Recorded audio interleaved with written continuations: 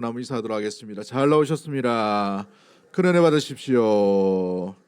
오늘 본문의 말씀을 통해서 무엇보다도 다시 복음의 원점, 무엇보다도 오늘 본문의 귀한 말씀 가운데에서 다시 복음의 심장, 다시 복음의 본질, 다시 복음의 원점으로 돌아가라라는 제목으로 함께 말씀을 나누도록 하겠습니다. 오늘날 우리는 끊임없이 변화와 변혁의 시대를 살아갑니다. 그래서 많은 기업들이나 많은 단체들은 리뉴얼 이 과정을 거치게 되기도 하고, 또 어떤 기업은 리부트라고 해서 다시 새로 고침, 새롭게 뭔가를 시작하려고 하는 많은 시도를 하게 되지요. 그래서 기업들은 디지털 트랜스포메이션이라고 해서 변혁, 바뀜, 새롭게 창업 정신을 다시 되살려서 이런 이야기들을 종종 하게 됩니다. 이것은 비단 기관이나 기업들뿐만 아니라 개인의 부분에서도 이와 같은 현상들이 많이 일어나죠. 그 세대만큼의 정체성이 있음을 바라보게 됩니다. 몇 년 전까지만 하더라도 MZ 세대라고 이야기합니다. MZ 세대 벌써 옛날 이야기예요. 몇 년 전 이야기입니다. 요즘은 알파 세대라고 이렇게 해서 새로운 세대의 정체성을 이야기할 때가 있습니다. 그런데 이런 여러 변화와 혁신, 여러 가지 바뀜들, 리뉴얼과 리부트, 이 모든 핵심이 어디에 있느냐? 본질을 되찾길 원해서 본질로 돌아가려고 하는, 나의 정체성이 뭔가를 이야기하고자 하는 몸부림 가운데 있음을 말씀해 주고 있지요. 500여 년 전에 한 젊은 수도사가 있었습니다. 우리가 잘 아는 대로 마틴 루터라는 사람이죠. 그는 당시에 가장 엄격하고 거룩하다고 여겨지는 아우구스투스 수도원이라는 곳에서 수도사의 역할을 감당하게 되었습니다. 그는 몸부림 가운데에 이 죄 많은 인생이 어떻게 하면 하나님을 만날 수 있을까라는 의문과 몸부림 가운데에 여러 가지 이야기를, 여러 가지 삶을, 여러 가지 시도를 합니다. 로마 캐톨릭에서 가르쳐 주었던 고해성사를 하면 하나님을 만날 수 있을 것 같아서 자기 죄를 고해성사를 하는데, 보통 고해성사 성당이나 이런 데 가보면 20분 해요. 20분. 근데 이 사람은 5시간을 했습니다. 그만큼 자기 죄가 있는데 자기 죄를 다 이야기해도 뭔가 하나님 만나지 못하는 거예요. 죄의 용서에 자유함이 없는 것을 알게 되었어요. 또 어떤 신부가 이야기합니다. 로마에 가면 유명한 성당이 있는데 그 밑에 계단이 한 100여 개 정도가 돼요. 그 100여 개 정도 되는 성당의 계단 가운데에서 무릎을 꿇고 올라갈 때마다, 네가 기도하면서 올라갈 때마다 그 죄가 하나씩 없어질 것이다 라고 얘기하는 거예요. 오늘날 치면 굉장히 엉뚱한 이야기입니다만은, 이 루트는 하나님을 만나기 위해서 그걸 그대로 해봅니다. 무릎이 닦아지고 피가 철철 흘렀는데 그 끝에 도달했는데도 불구하고 마음에 자유함이 없는 것이었어요. 오히려 그럴수록 더욱더 마음이 공허해지는 이야기들을, 마음의 내면을 발견하게 된 것이죠. 그때의 심정을 이 마틴 루터가 이렇게 말합니다. 나는 하나님을 사랑하는 것이 아니라 미워했다. 거룩하고 의로우신 하나님이 죄인을 벌하신다면 나 같은 죄인은 이미 원죄와 비참한 원죄로 인해 잃어버린 바 되었고 십계명으로 짓눌려 있는데 왜 복음으로까지 고통을 다하시는가? 라고 자기의 이 공허함의 모습들을 그대로 표현하고 있는 것을 말하고 있지요. 바로 그때에 그의 인생을 뒤바꾸는 하나님의 말씀이 그에게 들려지게 됩니다. 로마서 1장 17절 말씀인데 오늘 우리의 주제 말씀이죠. 오직 의인은 무엇으로 말미암아 산다고요? 믿음으로 말미암아 살리라. 하박국 선지자가 수백 년 전에 하나님으로부터 받은 그 말씀을 다시 발견함으로 이 로마의 사도 바울이 로마로 보내는 편지 가운데 있는 이 말씀을 루터에게 새롭게 들려지게 되었습니다. 이 한 구절이 중세 천년의 어두움을 깨뜨리고 새로운 시대를 열어가게 된 것이지요. 오늘 우리도 이 젊은 루트의 이 마음 가운데 있는 이 질문을 던져 보아야 합니다. 과연 우리는 이 복음의 순수한 능력과 복음의 그 귀한 마음을 가지고 이 508주년 종교개혁 기념주일 가운데에 어떤 모습으로 살아가고 있는가? 아니면 수많은 종교행위와 의무감 속에서 진짜 복음을 놓치고 살아가고 있는 것은 아닌지 다시 한번 우리가 리부트하고 리뉴얼하며 자기의 정체성을 다시 되찾을 수 있는 본질로 돌아가는 은혜의 복된 시간 되기를 주의 이름으로 간절히 축복합니다. 그러기에 오늘 우리 자신 가운데에 이 본질이 뭔가, 복음이 뭔지를 다시 한번 말씀 가운데에 교훈을 삼아 이 기념주의를 보내려고 해요. 복음은 인간의 노력이 아니라 하나님이 우리에게 주시는, 선물로 주시는 의에서 드러난다는 사실입니다. 우리 한번 따라할까요? 복음은 인간의 노력이 아닌 하나님께서 선물로 주시는 의로 드러냅니다. 하나님께서 주시는 선물로 말미암아 의가 드러나게 되어 있다는 것이죠. 사도 바울은 이렇게 담대히 선언합니다. 내가 복음을 부끄러워하지 아니하노니. 왜 이 확신 가운데 사도 바울은 말할 수 있을까요? 19절, 16절 후반절 말씀이죠. 이 복음은 모든 믿는 자에게 구원을 주시는 뭐가 된다라고 되어 있습니까? 하나님의 능력이다라고 되어 있어요. 복음은 인간이 만든 종교나 철학이 아닙니다. 로마의 위대한 법도, 로마의 위대한 제도도, 로마의 위대한 어떤 방향도, 그리스의 찬란한 철학도 문화도 만들 수 없는 것을 이 유일하게 복음만이 만들 수가 있게 돼요. 그것이 무엇입니까? 죄인을 의로 만드는, 의인으로 만드는 능력이 이 복음 안에 있는 줄 믿습니다. 그래서 하나님의 능력이다라고 말하는 것이죠. 복음에는 하나님의 의가 나타나서 믿음으로 믿음에 이르게 하나니라고 17절 말씀 가운데 이야기합니다. 마틴 로이드 존스라는 목사님이 이것을 이렇게 해석합니다. 하나님의 놀라운 방법, God way라고 이야기하면서 중세 교회가 가르치는 것은 이랬어요. 선행을 쌓으라, 고행을 하라, 뭔가 더 주를 위해 공덕을 쌓아라, 도덕적으로 더 열심히 살라, 기도를 더 열심히 하라, 무릎이 까질 정도로 내 죄를 참여하라, 고해 성사를 더 많이 하라, 뭔가를 쌓기 위해 이 베드로 성당에 수많은 제물을 바쳐라, 면제부를 사라, 그러면 하나님이 너를 의롭게 하실 것이다 라는 헛된 거짓된 가르침을 가르치게 되었어요. 그러나 그것은 성경이 이야기하는 것이 아닙니다. 성경은 오히려 이 복음의 정반대, 복음의 진정한 가치를 온전히 오늘 말씀 가운데 로마 캐톨릭과는 다르게 말씀하고 있지요. 그러므로 말미암아 우리에게 주시는 교훈이 무엇입니까? 하나님께서 주시는 선물에 의해서 이 의가 드러날 수 있다는 것을 이야기하고 있어요. 팀 켈러 목사님은 이렇게 말합니다.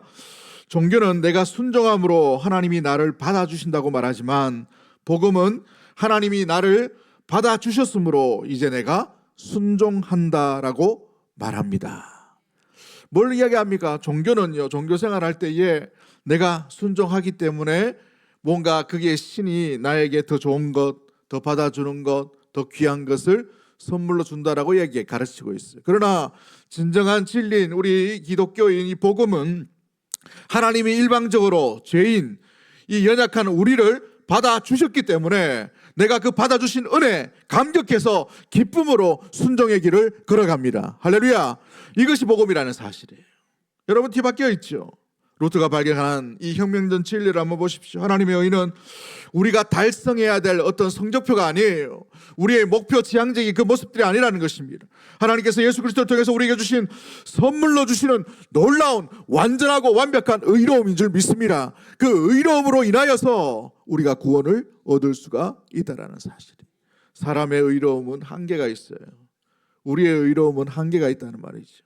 사람만큼 연약한 의로움일 수 있습니다. 그러기에 하나님의 완전한 의라야만이 하나님께서 주시는 생명의 길, 구원의 길을 온전히 이루어질 수 있는 줄 믿습니다. 하나님이 주시는 그 의라야만이 완전하고 완벽하여서 생명과 영생을 온전히 누릴 수가 있다는 사실인 것이지요. 이 진리 앞에 우리의 삶의 영향들을 한번 잘 보십시오. 더 이상 우리는 하나님 앞에 뭔가를 위해 뭔가를 하지 않았다고, 뭔가 모자란다고 해서 두려워 떨 필요가 없어요. 하나님의 의는 완전한 의인 줄 믿습니다. 그 의로움 때문에 하나님께서 우리에게 구원을 베풀어 주시는 것이에요. 그러므로 우리가 들고 있는 것은 예수 그리스도께서 완전히 이루신 놀라운 승리인 줄 믿습니다. 하나님이 보시는 것은 우리의 실패의 자리가 아니에요. 우리의 연약함 자리의 모습들이 아니라는 사실입니다. 주 예수 그리스도께서 우리를 위해 십자가에서 모든 것을 다 승리하신 그 승리를 바라보시고 우리에게 참된 의로움을 선물로 주셨다라는 사실입니다. 두 번째 우리가 기억해야 될 것이 무엇입니까? 하나님이 주시는 이 의는 오직 믿음이라는 통로에 의해서만이 받을 수가 있다는 거예요. 하나님이 주시는 의가 있어요. 예수 그리스도라는 완전하고 완벽한 의입니다. 십자가상에서 모든 의를 하나님의 요구를 이루어 주신 분이 예수 그리스도인 줄 믿습니다. 그렇다면 이 의를 어떻게 누리고 어떻게 받음으로 말미암아 우리가 생명의 길을 걸어갈 수가 있을까요? 오직 믿음으로요. 믿음. 할렐루야. 오직 믿음으로 말미암아 믿음에 이르게 되나니라고 말씀하고 있죠. 존 파이프 목사님은 이 믿음이라는 파스티스라는 이 믿음에 대해서 이렇게 정의합니다. 믿음이란 그리스도 안에서 만족하는 것이다. 믿음이 뭐라고요? 그리스도 안에서 만족을 누리는 것이죠. 믿음은 예수님을 우리의 보물로 우리의 상급으로 받아들이는 것이다 라고 되어 있어요. 예. 제가 설교를 2편을 준비했는데 목요일까지 이렇게 준비해가지고 방송실에 준 거하고 달라가지고 자막이 좀 없어요. 이해하시고 방송실도 오늘 1부 때 굉장히 당황하셔가지고 했는데 새롭게 토요일날 다시 하다 보니까 좀 더 새롭게 더 고쳐서 조금 다르게 이렇게 했습니다. 잘 따라오시면 될 것 같습니다. 그러면 믿음이란 뭔가? 종종 사람들은 믿음을 하나의 행위라고 생각해요. 뭔가를 해야 되는 것이 믿음이다. 믿음이 있냐 없냐, 믿음의 모습들이 있냐 없냐, 이걸 사람이 자꾸 판단한단 말이죠. 그러다 보니까 이걸 하면 믿음이 있는 것처럼 보이고 이걸 안 하면 믿음이 없는 것처럼 보이고, 이렇게 사람들이 대부분 믿음을 이야기할 때가 참 많이 있습니다. 믿음을 판단하시는 이는 하나님 한 분밖에 없는 줄 믿습니다. 그러기에 우리 주님께서 정확하게 그 사람에게 믿음이 있느냐 없느냐를 정확하게 보시는 거예요. 많은 이들 가운데, 예수님의 제자들 가운데에서도 연약한 그 삶 가운데에 하나님을 의지하지 못하는 모습을 보실 때에 내 믿음이 어디 있느냐라고 물으시죠. 믿음이 적은 자들아 라고 말합니다. 그러므로 마치 구원받기 위해 우리가 마치 뭔가를 해야 할 행위로서의 믿음은 여러분 가짜배기 믿음이에요. 믿음이란 자체는 하나님이 주신 일방적인 선물인 줄 믿습니다. 그러므로 말미암아 믿음은 받아들이는 것이에요. 일방적으로 받아들이는 것을 얘기하는 것입니다. 믿음은 우리가 하나님께 드리는 뭔가가 아니라, 행위가 아니라, 노력이 아니라, 수고가 아니라 하나님이 주시는 선물을 받느냐 안 받느냐, 이게 믿음이라는 사실이에요. 쉽게 예를 들어서 한번 설명해 드리죠. 어느 추운 겨울날 길을 걷던 거지가 하나 있었다고 생각해 봅시다. 요즘 거지가 참 없는데 옛날에는 참 많이 있었어요. 그죠? 근데 이 거지의 옷이 너무 얇은 옷을 입었어요. 추위에 벌벌 떨고 있습니다. 밥을 못 먹은 지 한 3일 정도가 되어 있어요. 배가 고파가지고 줄이고 있는데 아무도 그들 떠보지 않아요. 그런데 지나가는 어느 한 신사가 이 거지에게 찾아와서 자기의 겉옷을 벗어줍니다. 겉옷을 벗어주고 지갑을 꺼내가지고 돈을 주려고 해요. 여러분, 이 거지가 지금 살고 배불리 먹기 위해서는 뭐만 하면 됩니까? 주는 거 받으면 돼요. 받으면. 이게 믿음이에요. 받는 거예요. 그는 빈손이에요. 빈손. 아무것도 없어요. 그 사람이 주는 것만 뭐 하면 돼요? 받으면 돼요. 6명만 이해한 것 같은데. 마치 바다에 어떤 사람이 수영을 하다가 갑자기 지가 나거나, 바다는 위험하지 않습니까? 수영 잘하다가 그냥 빠져버려요. 자랑할 수가 없는데 물에 빠져서 허덕입니다. 그럴 때 지켜보고 있던 이 구조위원이 바다로 과감하게 뛰어들어요. 그렇게 가서 이제 헤엄쳐서 그 사람 옆에 갑니다. 그러면 사람을 그냥 건드리는 것이 아니라 뭘 줘요? 구명 튜브를 줍니다. 구명조끼를 주거나 튜브를 준단 말이죠. 그러면 그 사람이 살려면 뭐만 하면 돼요? 구명 튜브를 잡기만 하면 돼요. 잡기만. 구명조끼를 입기만 하면 된단 말이에요. 입기만 하면. 이게 믿음인 것이죠. 여러분, 예수님께서 길을 가시다가 많은 사람들이, 군중들이 몰려들었습니다. 많은 사람이, 군중들이 몰려듦으로 말미암아서 많은 혼잡한 가운데 어떤 한 여인, 특히 이 혈류병이라고 피가 멈추지 않는 질병을 가진 이 여인이 몰래 와서 예수님 나 여기 있습니다 라고 어떤 행위도 하지 아니하고 소리도 지르지 아니하고 몰래 찾아와서 그 뒤에서 예수님의 뭘 잡아요? 옷자락을 잡죠. 뭐 하기 위해서 잡습니까? 고쳐줄 줄 알고 믿는 믿음으로 그 빈손으로 예수님의 옷자락을 잡아요. 나는 이렇게 힘들고 연약하지만 누구라면 예수님이라면 모든 것을 다 고쳐줄 수 있는 능력이 있는 줄 알고 이 여인이 예수님의 옷자락을 몰래 와서 딱 잡는단 말이에요. 이게 믿음입니다. 이게 믿음. 근데 예수님께서 아신단 말이에요. 정확하게 보시고 누가 내 옷에 손을 대었느냐라고 말씀하시죠. 여러분, 그렇습니다. 그 여인이 완전하게 회복된 이유, 모든 것을 치유받은 이유, 그것은 바로 복음의 하나의 귀한 과정들, 그 복음의 아름다운 모습들을 보여주는 거예요. 이 복음은 받아들이기만 하면 되는 거예요. 믿기만 하면 되는 것이. 우리의 빈손을 가지고 손 내밀어 주님을 잡으면 되는 거예요. 이 잡는 행위, 잡는 이 손, 이 벌린 손, 이것을 주께 내밀으냐 미느냐, 이것이 바로 믿음이라는 사실이에요. 제가 참 좋아하는 CCM 이 찬양 가사 중에 이런 가사가 있습니다. 이 배경을 해서 지었던 곡인데, 손 내밀어 주를 만져라, 주 지나신다. 너의 애타는 외침을 주가 들으시리. 주님 너의 모든 것을 채워주시리. 손 내밀어 주를 만져라, 주 지나신다. 이제 인생의 모든 채워짐의 모든 과정 가운데 우리가 정말 필요한 놀라운 생명은, 영생은, 구원은 주님에 의해서 채워지는 줄 믿습니다. 그러기에 손을 내미는 거예요. 이게 믿음이라는 것이죠. 손 내밀어 주를 만져라, 주 지나신다. 너의 타는 외침을 주 들으시리. 주님 너의 모든 것을 채워주시리. 손 내밀어 주를 만져라, 주 지나신다. 할렐루야. 여러분 가운데 고통이 있는 자리, 여러분 가운데 절망이 있는 자리, 어쩌면 주님을 믿는 믿음에서 희미하게 멀어진 그 자리에서 손을 내미십시오. 주께 손을 내미십시오. 주는 미쁘시고 의로우사 우리의 모든 죄를 다 용서하시고 우리의 모든 연약함들을 긍휼히 여기시는 놀라운 완전하신 하나님인 줄 믿습니다. 그분께 손을 내미는 것이 바로 믿음의 모습이지요. 그렇습니다. 오늘 본문의 말씀은 하박국서에 나오는 말씀을 인용하는 말씀이죠. 하박국 선지자가 살았던 시대를 한번 보십시오. 바벨론이라는 거대한 제국이 유다 왕국을 침입하는 절망적인 상황이었어요. 주위의 모든 나라들이 다 회파되는 상황이었습니다. 모든 것이 무너지고 흔들리는 순간에 하나님께서 이 하박국 선지자에게 말씀을 들려주시죠. 믿음의 성도, 하나님을 따르는 하나님의 백성이 무엇으로 사는지 아느냐? 그 가운데 무엇으로 말씀하십니까? 오직 의인은 믿음으로 말미암아 살리라. D.L. 무디 목사님은 이 본문을 이렇게 말합니다. 믿음은 하나님의 말씀을 액면 그대로 받아들이고 그에 따라 행동하는 것이다.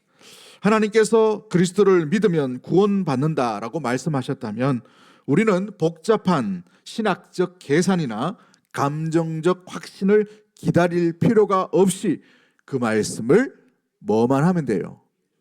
받아들이기만 하면 돼요. 믿으면 되는 것이지요. 그래서 종교개혁의 핵심 가장 중요한 원리 중에 하나가 오직 믿음이에요. 솔라 피데라고 합니다. 솔라 피데. 구원은 믿음에 무언가를 더해서 얻는 것이 아닌 온전한 믿음, 받아들임, 그것만으로 얻는 것인 줄 믿습니다. 믿음 플러스 행위, 믿음 플러스 섬김, 믿음 플러스 성례, 믿음 플러스 뭔가, 믿음 플러스 뭔가 공덕, 이게 아니라 오직 믿음인 줄 믿습니다. 믿음으로 말미암아 이 의를 받아들일 수가 있다는 거예요. 그러므로 믿음으로 의롭게 된 자는 반드시 하나님 안에서 새로운 삶, 새로운 정체성을 가지고 새로운 삶의 모습으로 온전히 나아가게 되어 있습니다. 오직 의인은 믿음으로 말미암아 어떻게 된다고 되어 있어요? 산다라고 되어 있어요. 죽는 게 아니에요. 산다라고 되어 있어요. 여러분, 이 산다라는 말은 제세타이라는 단어를 쓰는데 미래형으로 되어 있습니다. 계속해서 살아가는 방법, 영원토록 살아가는 방법은 뭐예요? 오직 믿음밖에 없다는 것이죠. 토저라는 분이 이렇게 말합니다. 구원받은 영혼의 가장 큰 비극은 그가 구원받았다는 사실을 망각하고 여전히 노예처럼 살아가는 것이다. 얼마나 많은 그리스도인들이 자기가 해방되었고 자유를 얻고 기쁨 가운데에 하나님의 주신 의를 말미암아서 받아들이기만 하면 복음의 이 기쁨의 삶을 살아가는 놀라운 자유인이 되었음에도 불구하고 여전히 죄의 노예 가운데에 죄에 끌려서 종의 신분으로 살아가고 있는지요.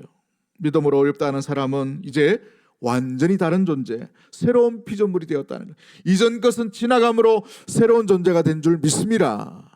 우리의 외침이 아니라 주님이 그렇게 보시는 거예요. 주님이 보심으로 말미암아 우리에게 의롭다라고 하는 거죠. 의롭다. 이 의는요, 우리에 의해서 주어진 것이 아니에요. 주님이 주신 일방적인 의로움이라는 사실이에요. 여러분, 칭의라고 말하죠. 정가된 의라고 말합니다. 수동적으로 받아들인 의라고 얘기해요. 신학적으로 굉장히 중요한 말을 이야기하는데 페스티브, 부여받은, 수동적으로 받은, 인푸티드라고 되어 있어요. 일방적으로 전가된 의를 이야기할 때에 이 의로움이라고 되어 있습니다. 이 의로움을 받았기에 우리의 일상 가운데 있는 어떤 염려나 근심이나 걱정이나 슬픔이나 귀신이나 죽음이나 사망이나 어떤 천사나 권세자도 주 예수 그리스도 하나님의 놀라운 주신 이 은혜의 사랑에서 끊을 자가 없으리라고 되어 있어요. 할렐루야. 그러므로 말미암아 이 자유롭게 새롭게 된 존재는요, 두려움에서부터 자유롭게 살아가는 거예요. 여러분을 얽매이는 있는 것이 무엇입니까? 여러분의 족쇄를 채우고 있는 것이 뭐예요? 이 땅에 있는 실패입니까?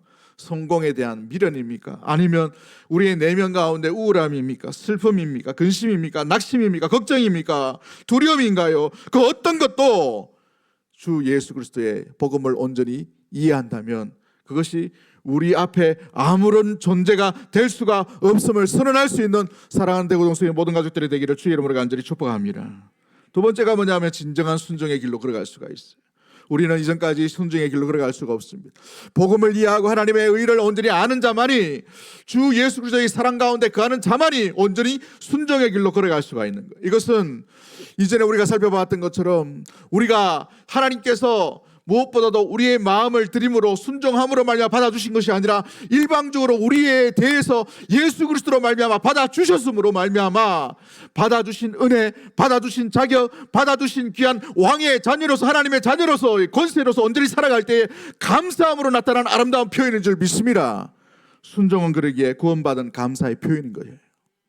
순종하라 이 말이 필요 없는 거예요. 여러분, 예수 그리스도를 믿는 자면 그 감사의 표현으로 저절로 나오는 삶이 뭐예요? 감사의 표현이요, 순종의 발걸음인 줄 믿습니다. 이것은 의무감이 아닙니다. 여러분, 우리 인생 가운데 어느샌가 모르게 교회 일을 하다가, 주의 일을 하다가, 또 봉사를 하다가 예수님을 섬기는데 자꾸 의무감만 자꾸 들어요. 본질로 돌아가셔야 돼요. 리부트 하셔야 돼요. 리뉴얼 하셔야 돼요. 다시 처음으로 돌아가셔야 됩니다. 내가 사랑한 분이 누구인가? 내가 존귀하게 여기고 주인으로 모신 분이 누구인가? 다시 현장으로, 다시 본질로 돌아갈 수 있는 우리 믿음의 모든 가족들이 되기를 주의 이름으로 간절히 축복합니다. 마지막 세 번째로, 그러므로 말미암아 우리는 하나님을 기쁘시게 하는 온전한 기쁨의 삶을 살아갈 수가 있게 되지요. 존 파이퍼라는 목사님이 하나님은 우리가 그분 안에서 가장 만족할 때에 가장 영광을 받으신다고 되어 있어요. 우리가 주님 안에서 함께하고 주님 앞에 예배드리고 주님 앞에 기도하고 그래도 봉사하고 주님과 함께 동행하고 한 주의 삶을 살아가는데 그것이 우리 가운데 기쁨이 있고 즐거움이 있고 감사가 있고 아름다운 삶의 귀한 마음 가운데 평화와 평강이 임할 때 그 삶의 서록을 통해서 월요일, 화요일, 수요일, 목요일, 금요일 매일의 삶 가운데 주님이 우리 인생을 바라보고 기뻐하신다는 거예요. 영광을 받으신다는 사실이. 할렐루야.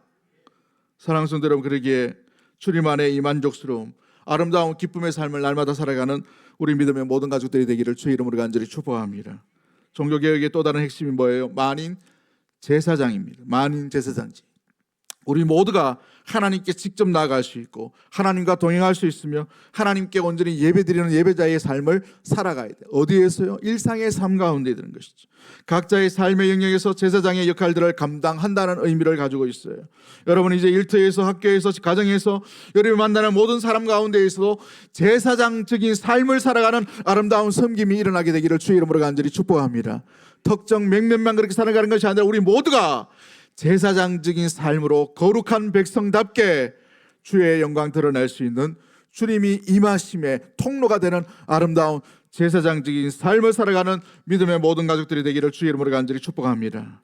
월요일 아침 출근에도, 또 화요일 여러분이 저녁 가족 시간과 함께 보낼 때에도, 수요일 밤 기도 가운데에도 여러분의 일상의 모든 삶 가운데 동일한 복음의 능력으로 살아가는 기쁨의 삶이 아름답게 일어나게 되기를 주의 이름으로 간절히 축복합니다.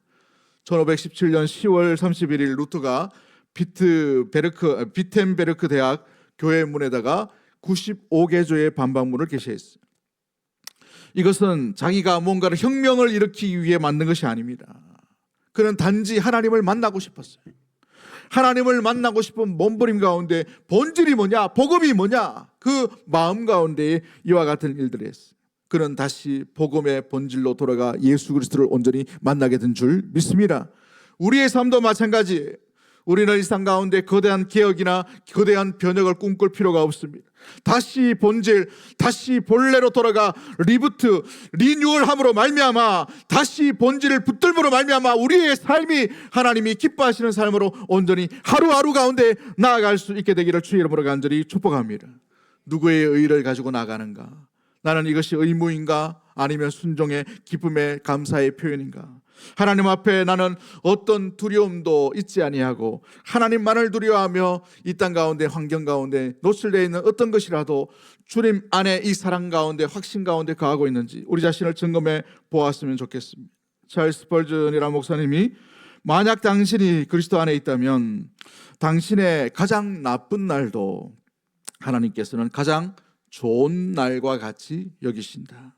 왜냐하면 하나님이 보시는 것은 당신 자신이 아니라 당신 안에 거하시는 예수 그리스도 그 의이기 때문에 그러하다는 거예요. 우리의 모습을 바라보는 것이 아니라 우리 안에 누가 있다는 것이에요. 예수를 믿는 믿음으로 말미암아 그리스도가 사는 것이죠. 내 안에 그리스도가 사는 것으로 인하여 그리스도 때문에 우리의 형편의 낮아짐과 높아짐, 연약함과 강함, 부함과 낮아짐, 가난함의 그 어떤 형편도 그것으로 인하여서 하나님은 가장 좋은 날과 같이 믿음의 성도를 여기신다는 사실이에요.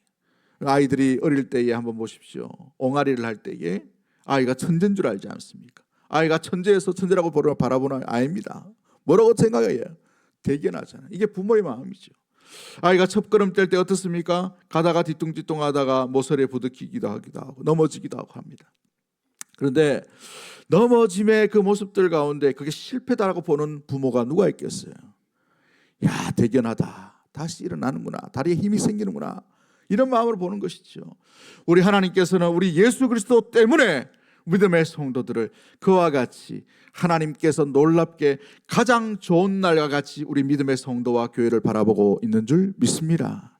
그 귀한 삶으로 아름답게 새로운 정체성을 가지고 주님이 기뻐하시는 삶으로 살아가는 우리 대구동성의 모든 가족들이 되기를 주의 이름으로 간절히 축복합니다. 말씀을 맺도록 하겠습니다. 개혁된 교회는 항상 개혁되어야 합니다. 개혁된 교회는 항상 개혁되어 가야 되는 것이 종교개혁의 정신입니다. 오직 의인은 믿음만으로 살아가는 줄 믿습니다. 종교개혁에는 5가지 솔라라고 되어 있어요. 솔라, 오직이라는 단어가 있습니다. 오직, 5가지 오직이라는 것이 있는데 이 오직의 정신이 뭔지를 되새기면서 다시 본질을 붙들 수 있는 우리 믿음의 모든 가족들이 되었으면 좋겠습니다. 우리 같이 한번 읽어볼까요? 같이 한번 읽어봅니다. 시작. 오직 성령의 권위 위에서. 같이 한번 다시 한번 읽어보도록 합니다. 오직 성경의 권위 위에서, 오직 그리스도를 통해 나타난 오직 은혜를 오직 믿음으로 받아 오직 하나님께 영광을 삶의 모든 영역에서 돌리는 삶. 할렐루야. 오직 성경의 권위 위에 서서 오직 그리스도를 통해 나타난 오직 은혜를 오직 믿음으로 받아서 삶의 모든 영역에서 오직 하나님께만 영광을 돌릴 수 있는 우리 사랑하는 대구동성의 모든 권속들이 되기를 주의 이름으로 간절히 축복합니다. 기도합니다. 사랑과 은혜의 하나님 아버지 감사합니다.